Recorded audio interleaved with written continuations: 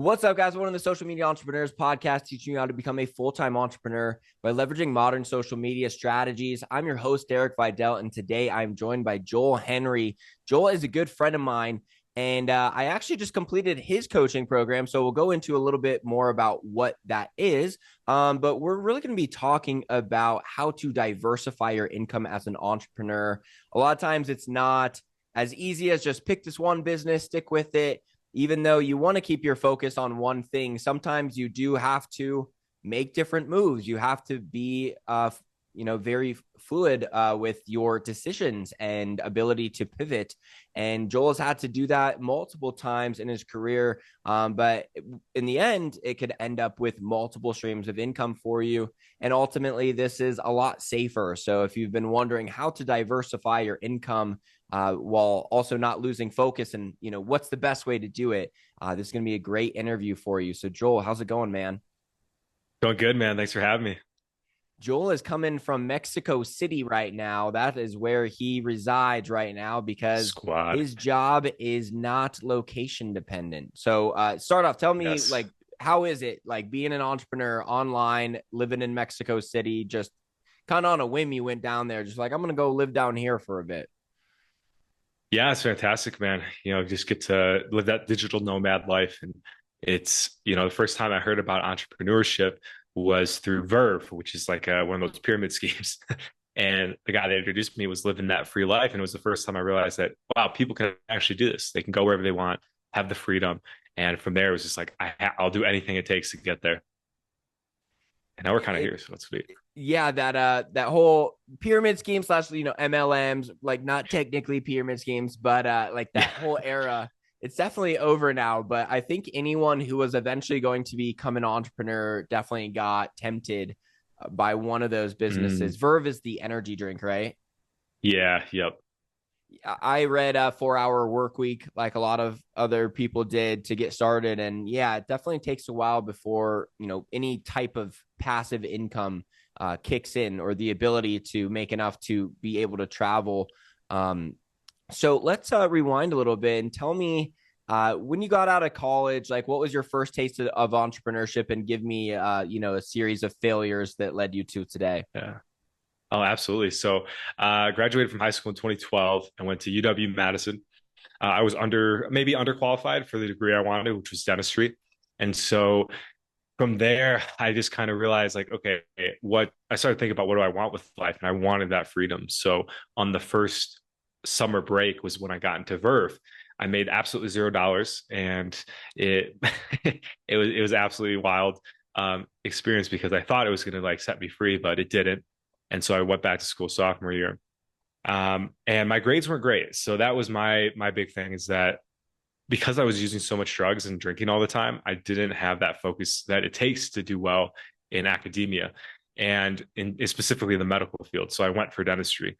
And a lot of my friends, they were doing like, one of my friends was like absolute genius. So he could party and drink all the time and still get a 4.0. Everyone else so did like engineering or like, communications or something. So they were able to kind of scoot by.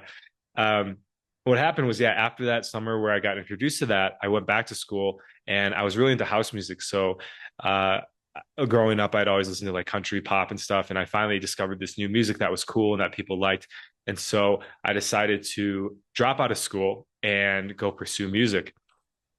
I was in a fraternity and we had the opportunity to DJ in front like a huge party and there was like a really famous group there. And in that moment, I saw like, okay, this is a possibility to do. So I enrolled in a music school in Madison. However, that school was mostly focused on like hip hop, rap, and stuff. And so very quickly, I realized that this isn't for me. And not only that, and this is why Derek and I got together, is because of substance use. So it's really hard to pursue a degree and have success in anything if you're constantly using drugs and alcohol. uh, wow, surprise, right? But it took me a while to learn that. So I left. Oh, go ahead, Derek. Oh, Second yeah, go. sense. I thought you were pausing for a second. Keep going. Okay. And so, yeah, I dropped out of that school. So second dropout in like, 6 months, moved back in with my folks. And during that time, actually, my second entrepreneurial venture began, and that was dealing weed. And that was very much more lucrative than the Verve. I got to smoke for free, of course. And so I was hooked. I was like, this is awesome. But they say don't get high on your own supply. And all I did was get high on my supply. So not only was I was still making money, but I was just mentally just deteriorating.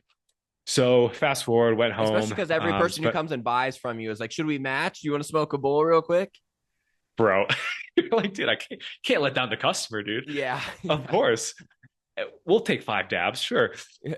And so yeah, I was just getting absolutely wrecked, and then moved back in with my folks for a little while. Went through a huge stage of depression, and that's when I really realized, like, okay, my life is not going to be ever what I thought it was going to be. The music, I realized I was terrible at making music, so I had all that to learn, and it was very humbling. And of course, I kept using drugs while I was at my folks' house, so I never healed or got better in that sense. Fast forward, I moved out of my folks' house after a bunch of therapy, a bunch of treatment, tried to live on my own again. And then, as you know, with addiction, you beat it, but it's always going to be there in the background. And so I started dealing again, started smoking heavily, and then got back into entrepreneurship with weed. And what happened was that my rock bottom was I was dealing with some sketchy folks, as most people who deal drugs do, and got robbed about 10 grand. So that was my rock bottom moment. And from there, I decided, okay, my music sucked. Like when I was high, I thought I was making this amazing music that God sent down from the heavens. And I would show my buddies and they wouldn't even move their head because it was like, there wasn't even a beat to it. So it was, yeah, very humbling again. You just don't get it. And yeah, this is God's work. Do 5 dabs, like, nope. You'll get it. No, they'd be high as fuck, and they still wouldn't. They'd be dancing. So that's when I knew it was not good. And so yeah, I got sober, and that's kind of where my adult life began, of learning how to make an income, save money, be healthy, go to the gym every morning. Kind of the stuff that you talk about a lot in your podcast is really being healthy and living that entrepreneurial life. Like, it's more than just wanting to have a business. It's doing all the things behind the scenes that make it so you're healthy and sane and willing to show up every day. Yeah, every little thing counts. The amount of sleep that you got, the food that you eat, like everything counts. Yep. And I kind of like that life is that, like, living life on that equation, right? Where it's not like, oh yeah, no matter what I eat at night, I still make the same when I go to work tomorrow. Like, I want everything to count and just make it a bit more of a game. So what was this first business that you really started to get traction? Is it Sobriety University? I would say yes, actually. I actually haven't really thought about that because, as you know, in business, you start one business after another. And there's like that saying, like 1 in 10, like it's kind of like dating, right? You go out and you meet 10 people. One of them you might go on a date with. It's kind of like business. Like you do. 1 out of 10 businesses will succeed. So when I got sober, I instantly got into I started a landscape business, and I actually made money off it. But I did it because I had like a guy that was basically coaching me through everything and telling me exactly what to do. But at the end of the day, I had no idea how to landscape. So like I was figuring out as I went, but some people in the recovery program were like, dude, this is way too much. Like, you just focus on getting sober, get a job, learn some humility, and then maybe you can start creating your own business 4, 5, 6 years down the line. And so that's where Sobriety University came in, about 5 years in, to like 4.5 years in of being clean from drugs and alcohol. I just remember I was doing delivery jobs. So that's kind of been my go-to gig. Instacart, Amazon Flex. And guys, they're actually great jobs. Like, you make bank from them. Like, I was making like $80K a year delivering groceries. I would listen to podcasts all day, and you get paid like every day. So it gets that financial fix. And it's pretty easy. So, but it's very boring. You don't have a boss. Yep. So you are W1 or 4 or whatever, where you have to pay your own taxes. 1099. 1099. Okay. There we go. Yeah. W7, 12, 18. So yeah, 1099. And then I was driving to work one day, and I just remember being like, I hate doing this. Like, why have I not, my career hasn't blossomed or nothing's presented itself. And I've been doing a YouTube a little bit. Like, I'd started a channel just because I wanted to do it almost like as therapy, because I found in recovery groups, you get to do a share section within the meeting, and you get to talk about like anything that's going on in your life. And I found it very therapeutic. And I always thought I had a lot to share and that I wanted to share more, but you get time for like 3 4 minutes so other people can share. So I just started doing YouTube vids. I had my phone like, this way. So like there was black bars like on the sides.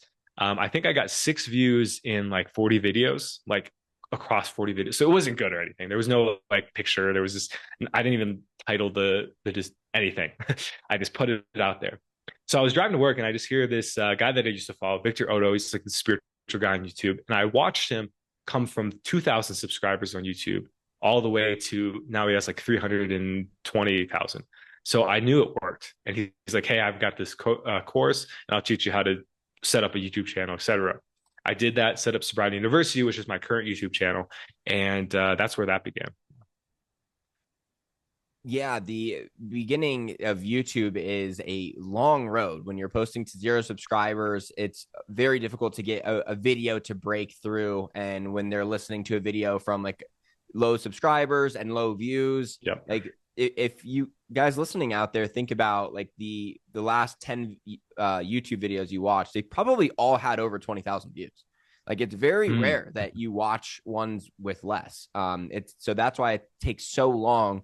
A lot of times the click-through ratio is really improved by having a lot of views because you have social proof that it's a good video.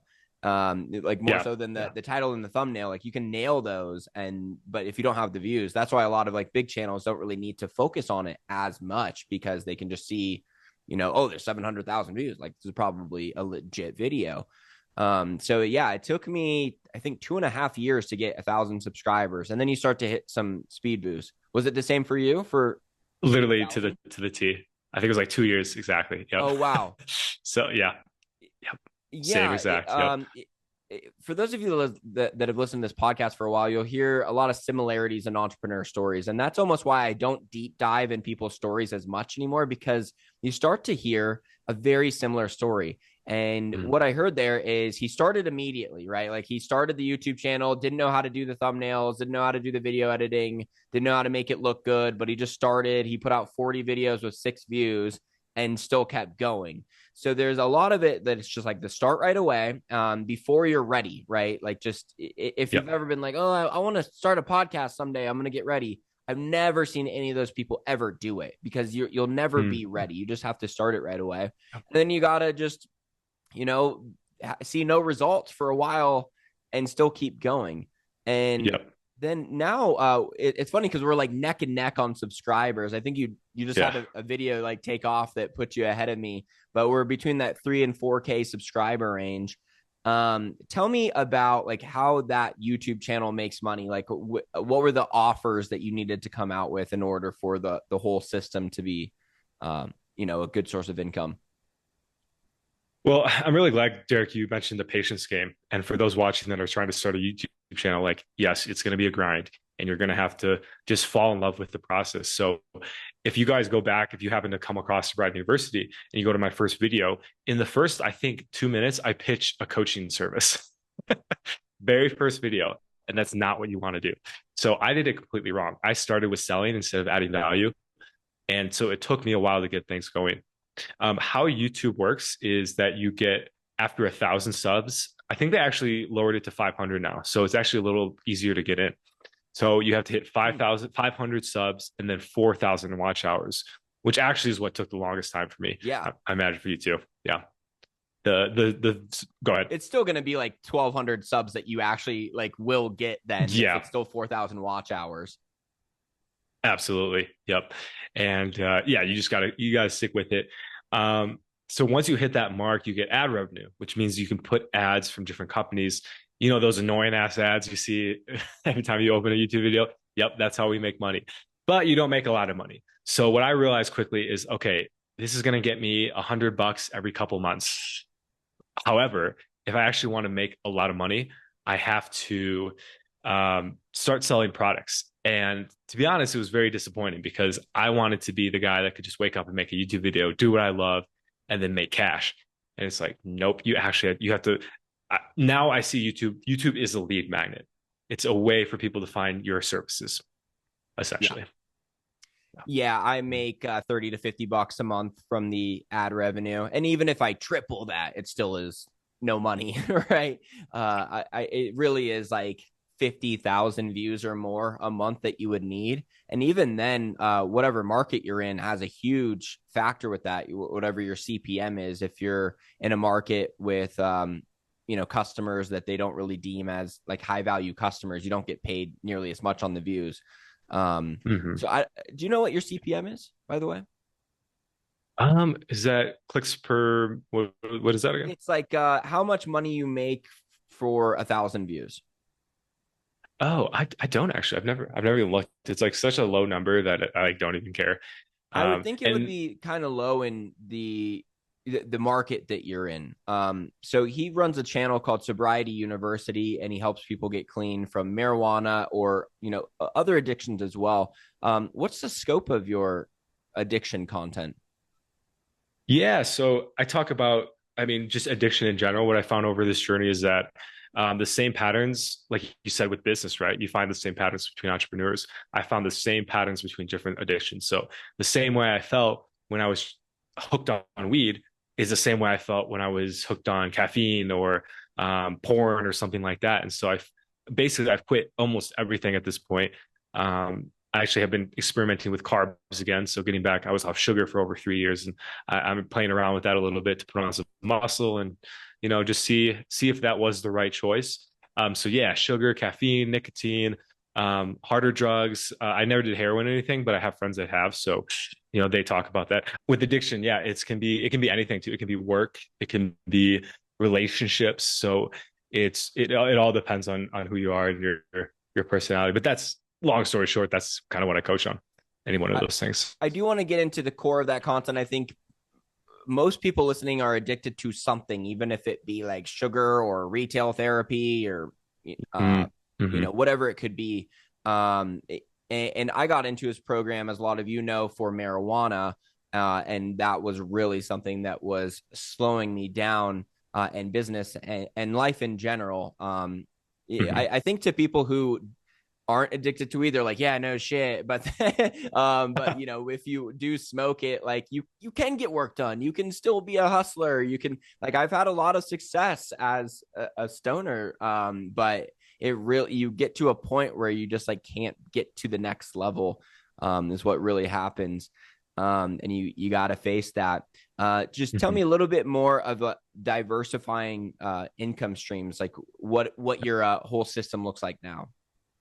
Yeah, so we're doing a few different things. I have another company that I'm a part of. It's we do video editing. So we have done one video for Derek, and it was a fun project. I learned a lot.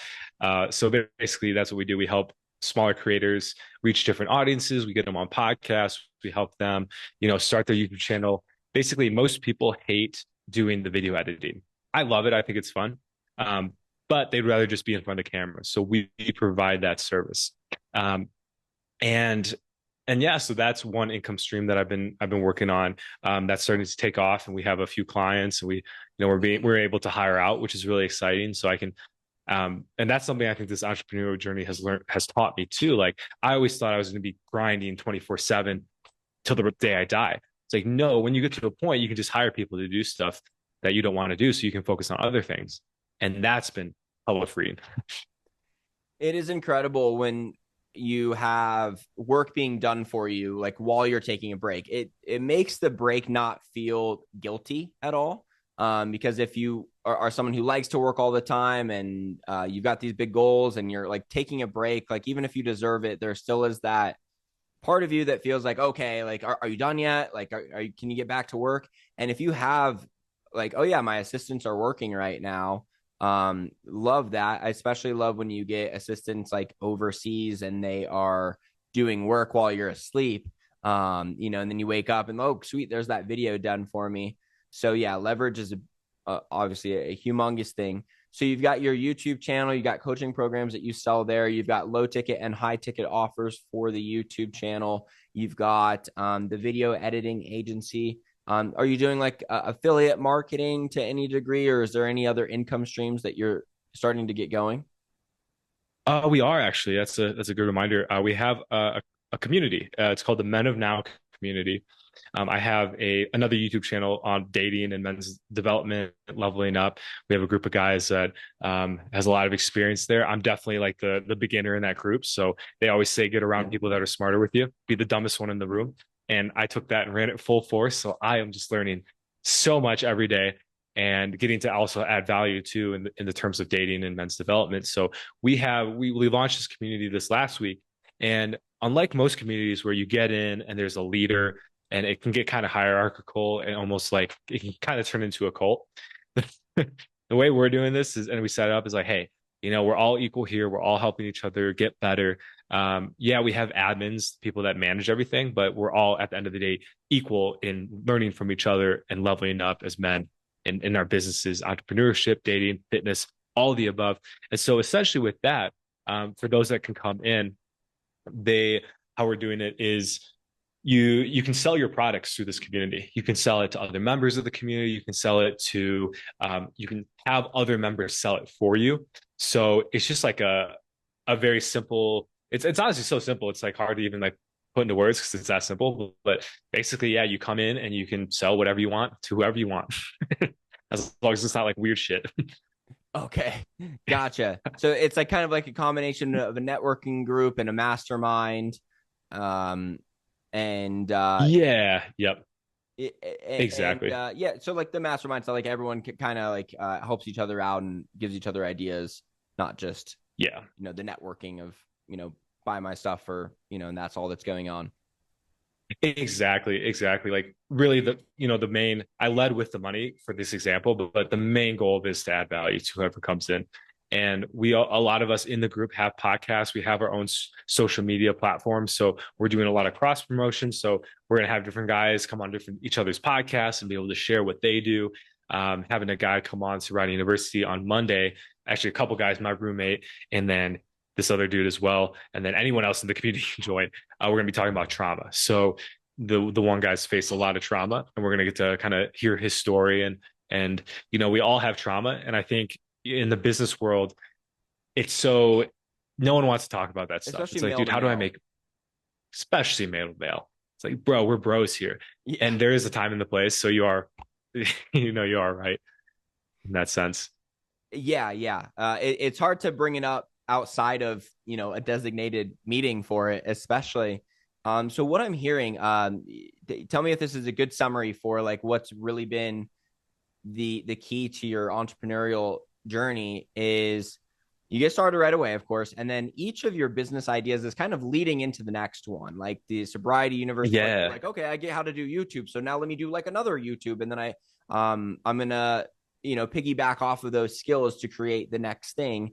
And then you're really great at monetizing communities because a lot of times it's not just about like your knowledge, like it is about like forming like masterminds or whatever.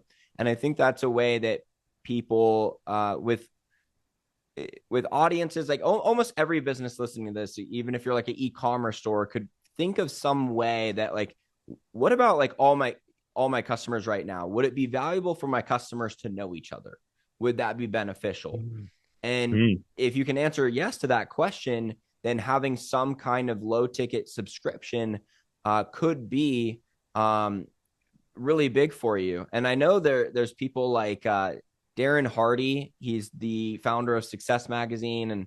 And one of my buddies from my old sales job, he went to his mastermind. I think he paid like 10 grand just to attend this like 1 hour meeting where they each got like 2 minutes Wow. to pitch their shit. He said like, he's like, I don't think I would do it again. But, it's like crazy. Like at that level, like when you have like, he had so many like wealthy clients, he can just be like, oh, instead of me making a whole new training program, like I'll just be like, hey, I'll introduce you guys to each other for 10 grand. And it can be a great way to, facilitate a community and monetize in a way that a lot of people don't think about.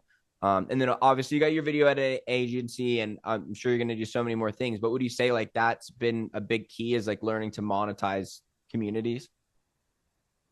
Yes, absolutely. And I love how you put that, Derek. That was a fantastic example. or and definition.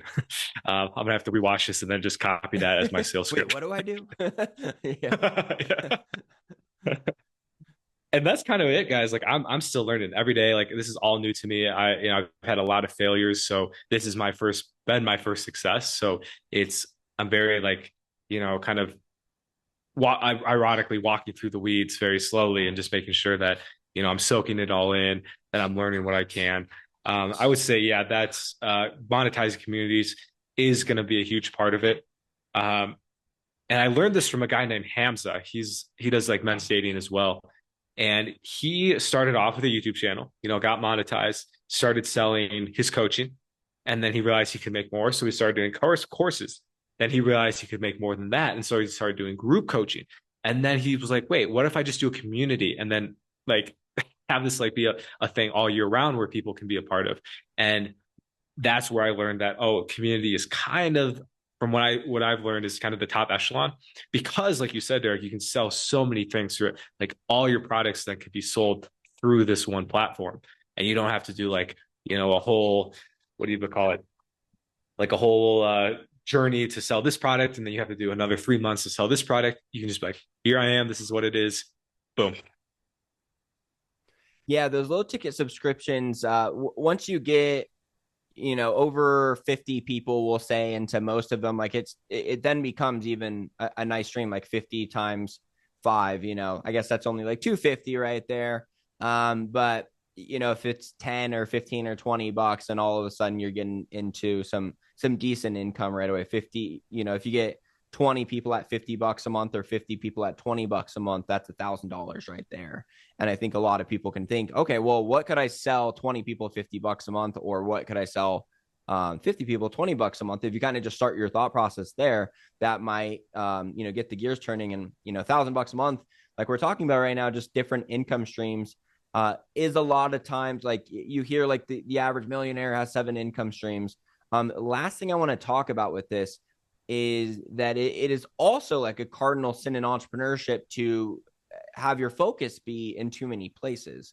And that Yes. can be the issue. Is there like a key to like build one at a time, and don't try to like build two from the ground up at the same time? Like, do you have any rules for how you do this?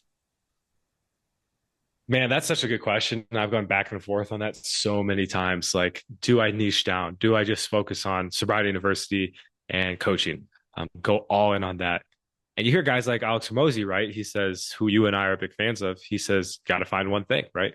Like, you don't want to be your head in so many different places. What I found though is that I think is a good model when you have absolutely stacks, like when you can afford to do that. But when you're starting off, like I think it's great, especially if you have like an ADD mind, like I have a bit of that like kind of squirrely mind. Like I would drive myself nuts if I just focused on one thing all day, every day. That's why I joined entrepreneurship, because I don't want to have a job. And so I like that each moment is new, each day is different. I can put a little energy here. And like you said, you made a really good point earlier, is that they all kind of go together. So the sobriety university leads into the Men of Now community, and we can talk about dating sober. And so they all are still one, even though they are still separate. That's the biggest thing with having a personal brand, is being able to cross over between your businesses. I mean, you can look at like Ryan Reynolds, like bought Mint. He's like, cool, like I'll do the commercials. Yeah. Like we're good. And for me, like I've got my new product, the back knee bar, and I was like, I need to do a YouTube video where I analyze the best AI copywriters, so let me just have them do it on my product. And then in that, because it's an AI related conversation, I'm wearing an open AI shirt, which is my company as well. So like I'm kind of like Yep. combining everything. Like we're all wear, like if you have an apparel brand and you're also a personal brand, like wear your own apparel on the videos, right? Easy enough. Yeah. So no matter what businesses you have, like you'll always find these ways to like kind of cross them over, and have the customers buy multiple different things from you, just like Joel has had me Mm. buy from 2 of his companies. to even if they're totally unrelated, you're still going to find some crossover in a way. So like that's the other thing with the multiple streams of income of why it might make sense to start earlier is because like you might be selling to the same customer. So it's really not like Mm. exponentially more work that you're doing when you have these different streams. And last thing, and then I want to go into like Joel's main content here. His main message of what he actually talks about on YouTube is that sometimes with these income streams, I had a consulting offer that I've been selling for the last really 5 years. It's just come in different shapes and sizes, and I finally got it right, like the exact pricing model and way to sell it.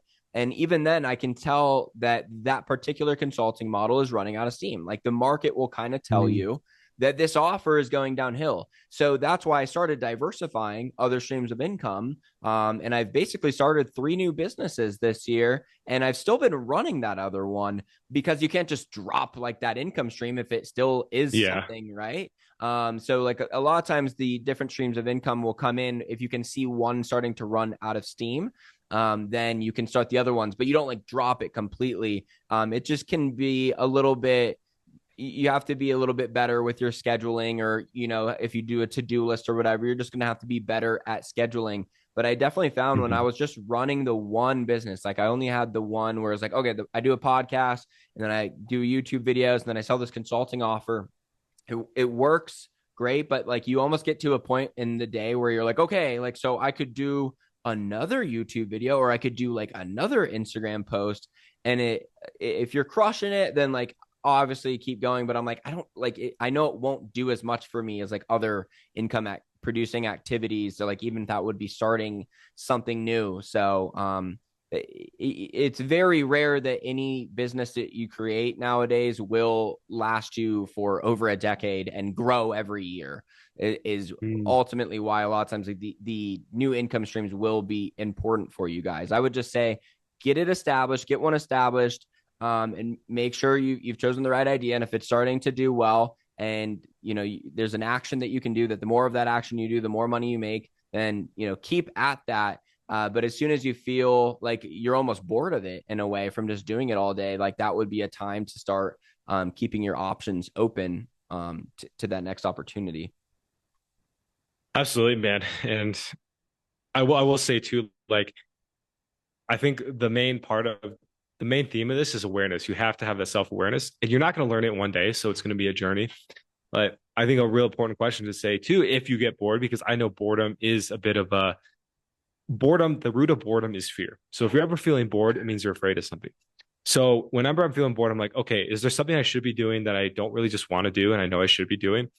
And oftentimes, and I say this because I think it's really important to if you're in that spot where you're like, oh, should I be starting another business or should I be doubling down?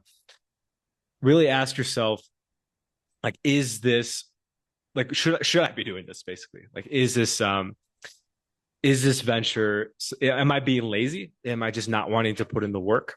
Or am I actually, like what Derek said, I've put as much work as I can in this business today as possible. And if I do any more, it's going to actually hurt the business.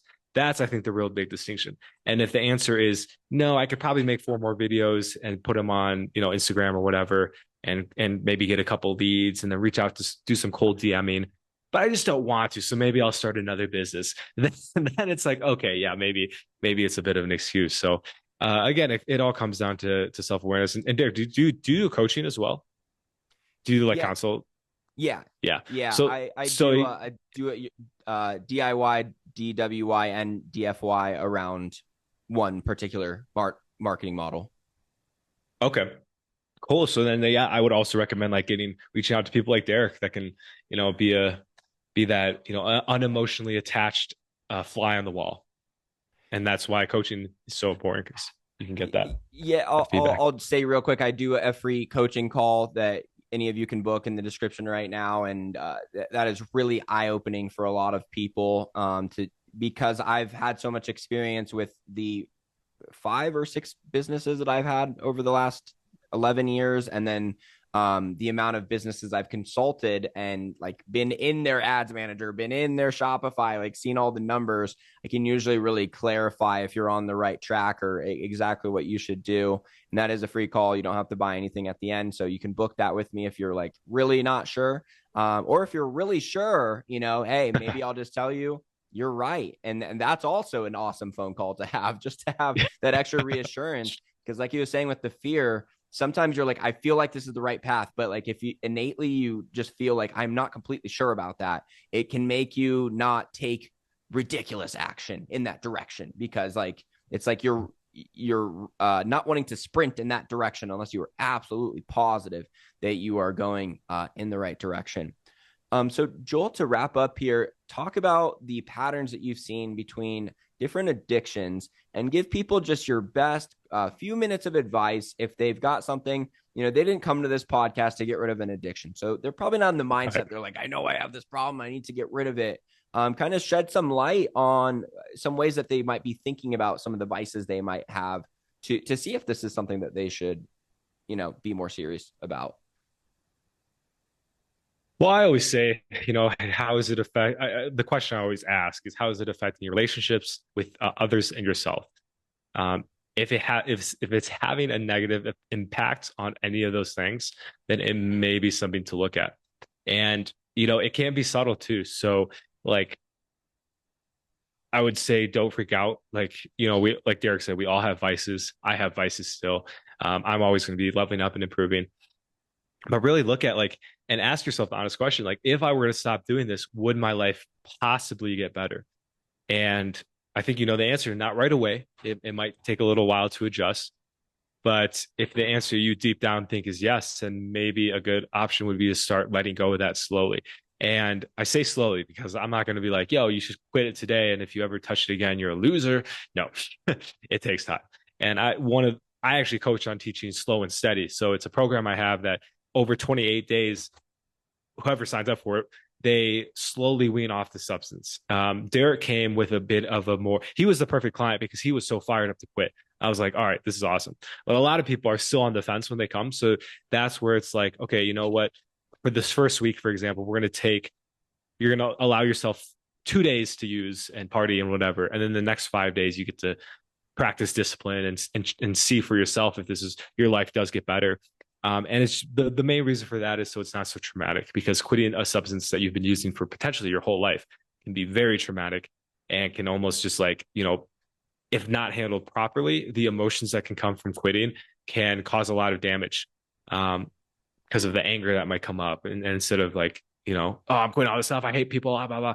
Even though that's only the last 2 weeks, you can do a lot of damage in 2 weeks. So again, what we talked about before, having a coach, someone that can guide you through it, which is what I do as well, can be very beneficial.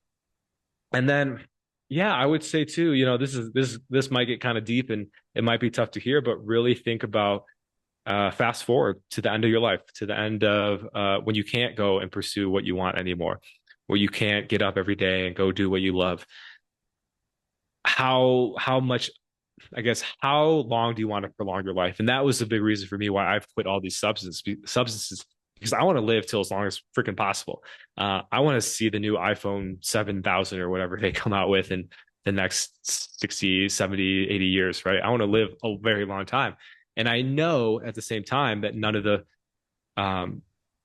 it's a paradox, because I know nothing is going to ever make me happy in terms of external stuff, like the money, the relationships. But at the same time, I know they're very important for happiness. So it's a check 22.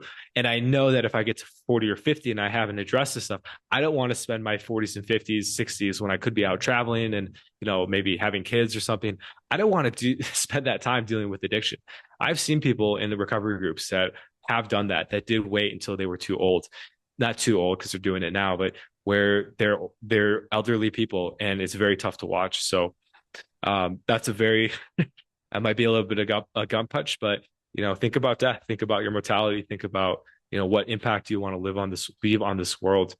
I will leave with an app that's been very helpful for me. I downloaded I've had it for a couple of years. It's called We Croak.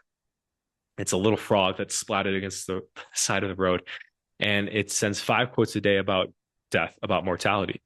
And it comes at random times because, as you know, there is no timeline for when death is going to come. So it's really helped me, again, see the bigger picture, see that although this is all very important, it isn't important at the same time. And so that helps me take everything with a grain of salt and just have fun with it and know that no matter what happens, it's going to work out. Uh, as long as I stay off some of those, destructive habits that, Derek and I have been talking a lot about behind the scenes, like marijuana, for example, stuff that just slows you down, right? Makes you 80% of your best self instead of 100.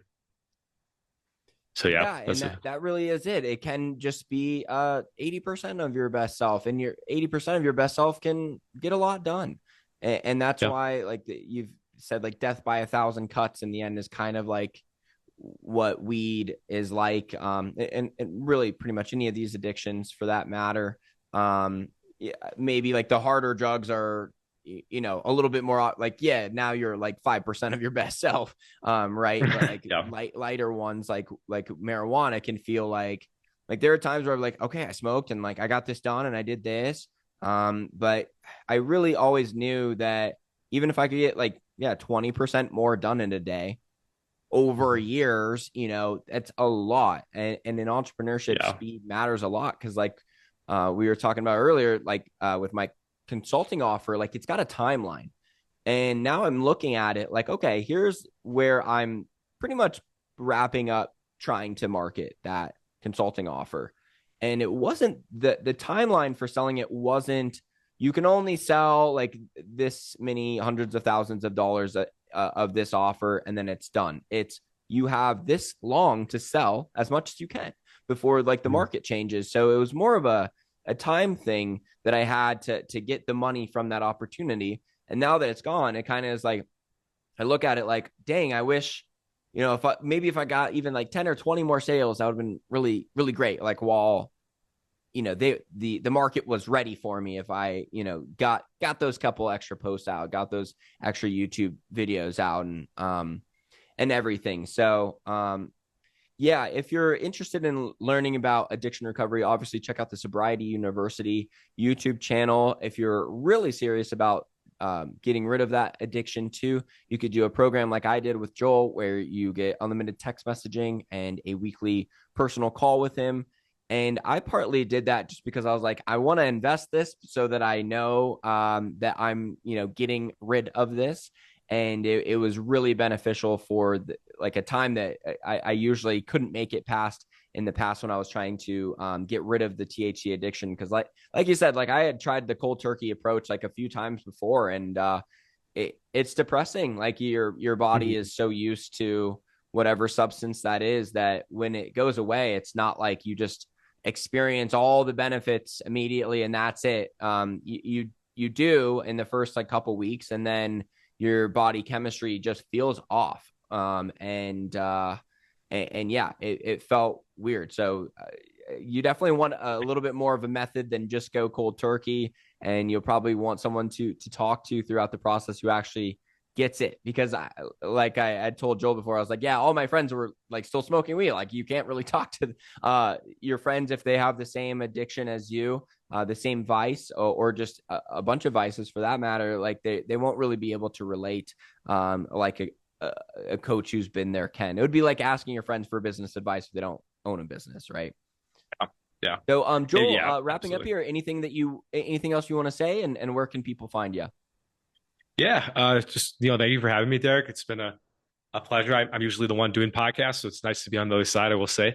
And I guess one last point on that to what you're saying is that, yeah, you might be productive on that 80%. Think about how much productive you could be on that 20%. TV is one of my addictions as well, and I haven't been watching for the last couple of weeks, and I just get so much done because it's like you finish your projects, and it's like, well, I'm not watching TV, I'm not smoking weed, so I might as well just do more projects. It's just kind of like, like you said, 20% over 10 years is going to be a lot of percent. So I guess that's the last thing I wanted to touch on there. Where you guys can find me, Sobriety University on YouTube. And I also have a not so active Instagram on Instagram at sobriety university underscore. But you can hit me up in the DMs if you have questions there, or want to talk more about coaching, maybe getting into the community as well. We have launched the Sobriety University community along with the Men of Now community. So, if you want a place to come where you can talk about your addiction without judgment, openly, freely, that's definitely something I would recommend. It's only $10 a month. Which is like what, a fourth of an eighth of weed. So when you put things in the weed terms, you're good.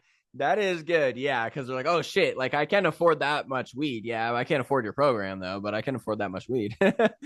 Dude, like that's the problem with like weed was like gasoline. I was like, oh yeah. Like if your car's out of gasoline, you got to fill it up. If I'm out of weed, like I can be broke as possible. Like, yeah, I'm buying that.